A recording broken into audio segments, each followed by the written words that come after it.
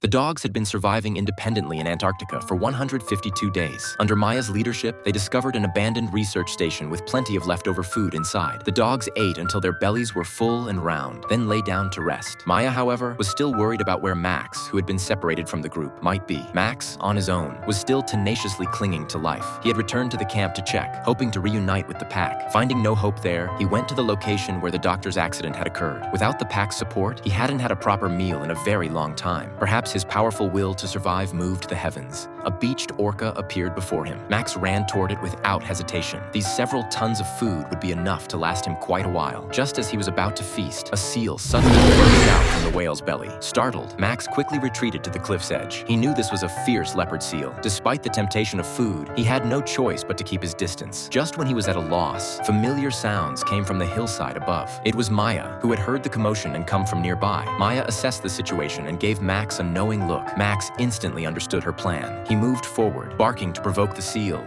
then tore off a small piece of meat right in front of it and bolted. The enraged seal dove beneath the ice, determined to teach him a lesson. Once they had led it away, Maya quickly brought the other dogs to the whale carcass, and they began feasting. After chasing for a long time without finding an exit hole, the seal immediately turned back. Realizing something was wrong, Max frantically barked to warn his companions, but it was too late.